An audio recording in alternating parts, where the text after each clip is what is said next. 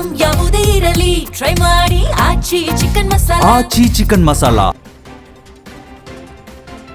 ರಾಜ್ಯದಲ್ಲಿ ಉಪಚುನಾವಣೆಗೆ ಇನ್ನು ಕೆಲವೇ ದಿನಗಳು ಬಾಕಿ ಇದೆ. ದಾವಣಗೆರೆ ದಕ್ಷಿಣ ಮತ್ತು ಬಾಗಲಕೋಟೆ ಬೈ ಎಲೆಕ್ಷನ್ ಗೆಲ್ಲಲೇಬೇಕೆಂದು ಪ್ರತಿಷ್ಠೆಯಾಗಿ ತೆಗೆದುಕೊಂಡಿರೋ ಕಾಂಗ್ರೆಸ್ ಬಿಜೆಪಿ ಘಟಾನುಘಟಿ ನಾಯಕರು ಕ್ಷೇತ್ರದಲ್ಲಿ ಬೀಡು ಬಿಟ್ಟು ಮತಬೇಟೆ ಆಡ್ತಿದ್ದಾರೆ. ಬಾಗಲಕೋಟೆಯಲ್ಲೇ ಸಚಿವರ ಜೊತೆ ಸಿಎಂ ಸಿದ್ದರಾಮಯ್ಯ ಮೊಕ್ಕಂ ಹೂಡಿ ತಂತ್ರ ರೂಪಿಸುತ್ತಿದ್ರೆ ಇತ ನಾವೇನು ಕಮ್ಮಿ ಇಲ್ಲ ಅಂತ ಆರ್ ಅಶೋಕ್, ಬಸವರಾಜ ಬೊಮ್ಮಾಯಿ, ಸಿಟಿ ರವಿ ಸೇರಿದಂತೆ ಬಿಜೆಪಿ ನಾಯಕರು ಮತ ಪ್ರಚಾರ ಮಾಡ್ತಿದ್ದಾರೆ.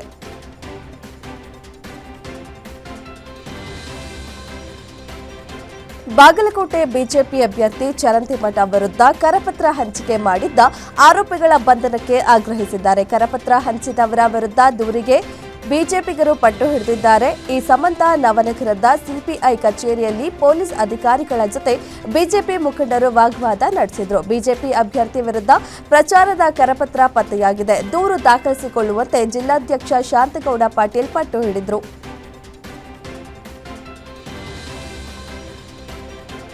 ಬಾಗಲಕೋಟೆ ಉಪಚುನಾವಣೆಯ ಕಣ ದಿನದಿಂದ ದಿನಕ್ಕೆ ರಂಗೇರ್ತಿದ್ದು ಕಾಂಗ್ರೆಸ್ ಅಭ್ಯರ್ಥಿ ಉಮೇಶ್ ಮೇಟಿ ಪರವಾಗಿ ಸಿಎಂ ಸಿದ್ದರಾಮಯ್ಯ ಅಬ್ಬರದ ಪ್ರಚಾರ ನಡೆಸುತ್ತಿದ್ದಾರೆ. ಶತಾಯಗತಾಯ ಈ ಕ್ಷೇತ್ರವನ್ನ ಗೆಲ್ಲಲೇಬೇಕೆಂದು ಪಣ ತೊಟ್ಟಿರುವ ಸಿಎಂ ಬಾದಾಮಿ ಪಟ್ಟಣದಲ್ಲೇ ವಾಸ್ತವ್ಯ ಹೂಡಿ ಮತದಾರರ ಮನಗೆಲ್ಲಲು ಮುಂದಾಗಿದ್ದಾರೆ. ಪ್ರಚಾರದಲ್ಲಿ ನಮಗೆ ಅಭೂತಪೂರ್ವ ಸ್ಪಂದನೆ ಸಿಗ್ತಿದ್ದು 2 ಕ್ಷೇತ್ರಗಳಲ್ಲಿ ನಾವು ಗೆಲ್ಲುವುದು ಖಚಿತ ಎಂದು ವಿಶ್ವಾಸ ವ್ಯಕ್ತಪಡಿಸಿದ್ದಾರೆ.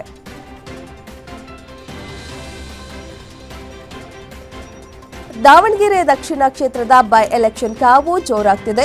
ಕಾಂಗ್ರೆಸ್ ಅಭ್ಯರ್ಥಿ ಸಮರ್ಥ ಶಾಮನೂರು ಪರ ಘಟಾನುಘಟಿ ನಾಯಕರು ಅಖಾಡಕ್ಕೆ ಇಳಿದು ಪ್ರಚಾರ ಮಾಡುತ್ತಿದ್ದಾರೆ. ಸಚಿವ ಈಶ್ವರ್ ಖಂಡ್ರೆ ಸೇರಿದಂತೆ ಕಾಂಗ್ರೆಸ್ನ ದಂಡೆ ಈಗ ದಾವಣಗೆರೆಯಲ್ಲಿ ಬೀಡು ಬಿಟ್ಟಿದೆ.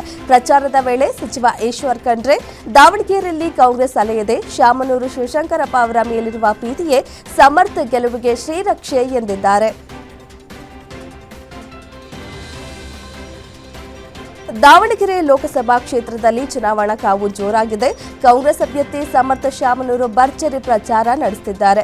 ಕ್ಷೇತ್ರದ ವಿವಿಧ ಬಡಾವಣೆಗಳಲ್ಲಿ ಮನೆ ಮನೆಗೆ ತೆರಳಿ ಮತಯಾಚನೆ ಮಾಡುತ್ತಿದ್ದಾರೆ. ಯುವ ನಾಯಕನಿಗೆ ಹೋದಲ್ಲೆಲ್ಲ ಮತದಾರರಿಂದ ಅಭೂತಪೂರ್ವ ಬೆಂಬಲ ವ್ಯಕ್ತವಾಗುತ್ತಿದೆ. ನೂರಾರು ಕಾರ್ಯಕರ್ತರ ಜೊತೆಗೂಡಿ ಮತಬೇಟೆ ನಡೆಸುತ್ತಿದ್ದಾರೆ.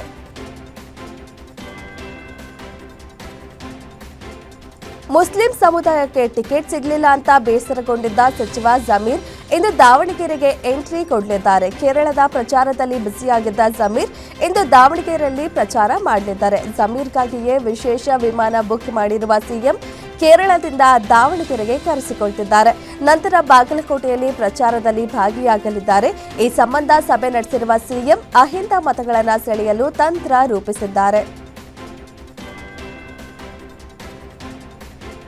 ಕೇರಳ ವಿಧಾನಸಭಾ ಚುನಾವಣೆ ಹಿನ್ನೆಲೆಯಲ್ಲಿ ಕಾಂಗ್ರೆಸ್ ಪಕ್ಷದ ಅಭ್ಯರ್ಥಿ ಪರ ಪ್ರಚಾರ ಮಾಡಲು ಇಂದು ಮುಖ್ಯಮಂತ್ರಿ ಸಿದ್ದರಾಮಯ್ಯ ಕೇರಳಕ್ಕೆ ತೆರಳಲಿದ್ದಾರೆ. ಬೆಂಗಳೂರಿನಿಂದ ಮಂಗಳೂರಿಗೆ ತೆರಳಲಿರುವ ಸಿಎಂ ಸಿದ್ದರಾಮಯ್ಯ ಅಲ್ಲಿಂದ ಕೇರಳದ ಮಂಜೇಶ್ವರಕ್ಕೆ ತೆರಳಲಿದ್ದಾರೆ.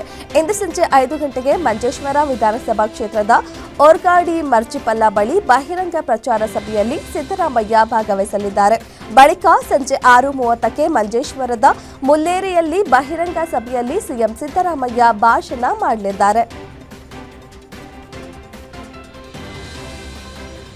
ಇನ್ನು ಡಿಸಿಎಂ ಡಿಕೆ ಶಿವಕುಮಾರ್ ಅವರು ಇಂದು ಕೇರಳದಲ್ಲಿ ಮತಬೇಟೆ ನಡೆಸಲಿದ್ದಾರೆ. ಕೇರಳದಲ್ಲಿ ವಿಧಾನಸಭಾ ಚುನಾವಣೆ ನಡೆಯಲಿರುವ ಹಿನ್ನೆಲೆಯಲ್ಲಿ ವಿವಿಧ ಕ್ಷೇತ್ರಗಳಲ್ಲಿ ಪಕ್ಷದ ಅಭ್ಯರ್ಥಿಗಳ ಪರ ಮತಯಾಚನೆ ಮಾಡಲಿದ್ದಾರೆ. ಡಿಕೆ ಶಿವಕುಮಾರ್ ಕೇರಳದ ಕಣ್ಣೂರಿನಲ್ಲಿ ಪ್ರಚಾರ ಆರಂಭಿಸಲಿದ್ದಾರೆ. ಒರ್ಕೊಚೇರಿ, ಕುಟ್ಟಲಿಡ ಸೇರಿ ಹಲವೆಡೆ ಮತಯಾಚನೆ ನಡೆಸಲಿದ್ದಾರೆ.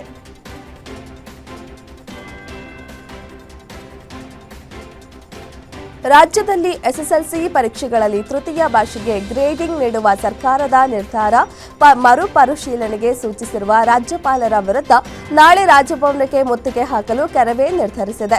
ನಾಳೆ ಬೆಳಗ್ಗೆ 10ಕ್ಕೆ ರಾಜಭವನ ಮುತ್ತಿಗೆ ಹಾಕಲು ಕರವೇ ನಿರ್ಧರಿಸಿದೆ ಎಂದು ಸಂಘಟನೆಯ ರಾಜ್ಯಾಧ್ಯಕ್ಷ ಟಿಎನ್ ನಾರಾಯಣಗೌಡ ಮಾಹಿತಿ ನೀಡಿದರು. ರಾಜ್ಯಪಾಲರೇ ನಮ್ಮ ನೆಲದಲ್ಲಿ ನಿಮಗೆ ಐಷಾರಾಮಿ ವ್ಯವಸ್ಥೆ ಕಲ್ಪಿಸಿಕೊಟ್ಟಿದ್ದೇವೆ. ಕನ್ನಡಿಗರ ತೆರಿಗೆ ದುಡ್ಡಿನಲ್ಲಿ ರಾಜಭವನ ನಡೆಯುತ್ತಿದೆ. ತಿಂದ ಮನೆಗೆ ಕನ್ನ ಹಾಕುವುದು ಸರಿಯಿಲ್ಲ ಎಂದರು.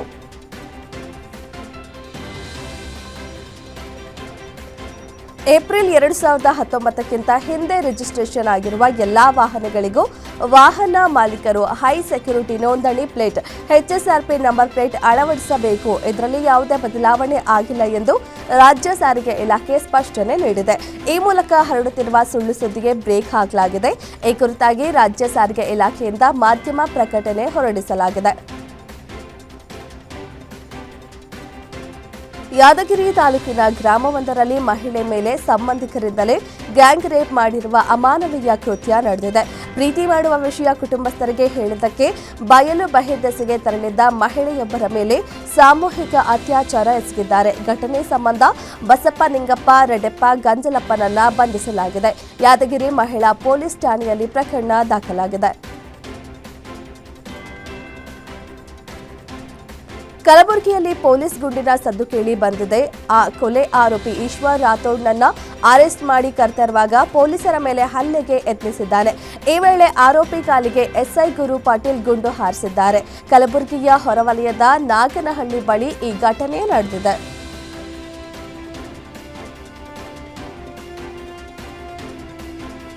ಹುಬ್ಬಳ್ಳಿಯ ಜಿಮ್ ಟ್ರೈನರ್ ಸಮೀರ್ ವಿರುದ್ಧ ಅತ್ಯಾಚಾರ ಆರೋಪ ಕೇಸ್ ದಾಖಲಾಗಿದೆ. ಈ ಮಧ್ಯೆ ಸಮೀರ್ಗೆ 50ಕ್ಕೂ ಹೆಚ್ಚು ಜನರ ಗುಂಪಿನಿಂದ ಮನಸ್ಸು ಇಚ್ಛೆ ಥಳಿಸಿರುವ ವಿಡಿಯೋ ಇದೀಗ ವೈರಲ್ ಆಗಿದೆ. ದೇವಾಂಗಪೇಟ್ನಲ್ಲಿರುವ ಸಮೀರ್ ಅಪಾರ್ಟ್ಮೆಂಟ್ಗೆ ಶ್ರೀರಾಮಸೇನೆ ಸಂಘಟನೆ ಕಾರ್ಯಕರ್ತರು ಮತ್ತು ಕೆಲ ಎಸ್ಎಸ್ಕೆ ಸಮಾಜದ ಯುವಕರು ತೆರಳಿದ್ದಾರೆ. ಸಮೀರ್ ಬರ್ತಿದ್ದಂತೆ ಆತನ ಮೊಬೈಲ್ ಕಸಿದುಕೊಂಡಿದ್ದಾರೆ. ನಂತರ ಹಿಗ್ಗಾಮುಗ್ಗಾ ಥಳಿಸಿ ಹಳೆ ಹುಬ್ಬಳ್ಳಿ ಠಾಣೆ ಪೊಲೀಸರಿಗೆ ಒಪ್ಪಿಸಿದ್ದಾರೆ.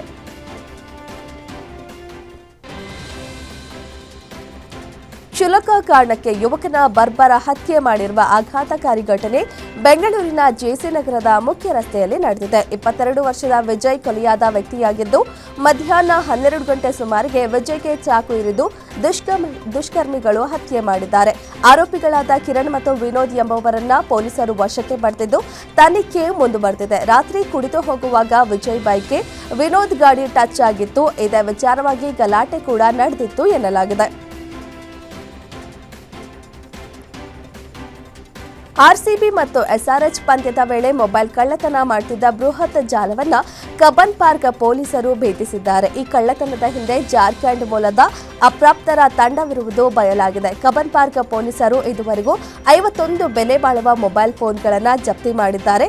ಈ ಪ್ರಕರಣದಲ್ಲಿ ಜಾರ್ಖಂಡ್ ಮೂಲದ 18 ಅಪ್ರಾಪ್ತರನ್ನ ಹಾಗೂ ಕಳ್ಳತನದ ಮಾಸ್ಟರ್ ಮೈಂಡ್ ಶುಭಂ ಎಂಬಾತನನ್ನ ಪೊಲೀಸರು ಬಂಧಿಸಿದ್ದಾರೆ.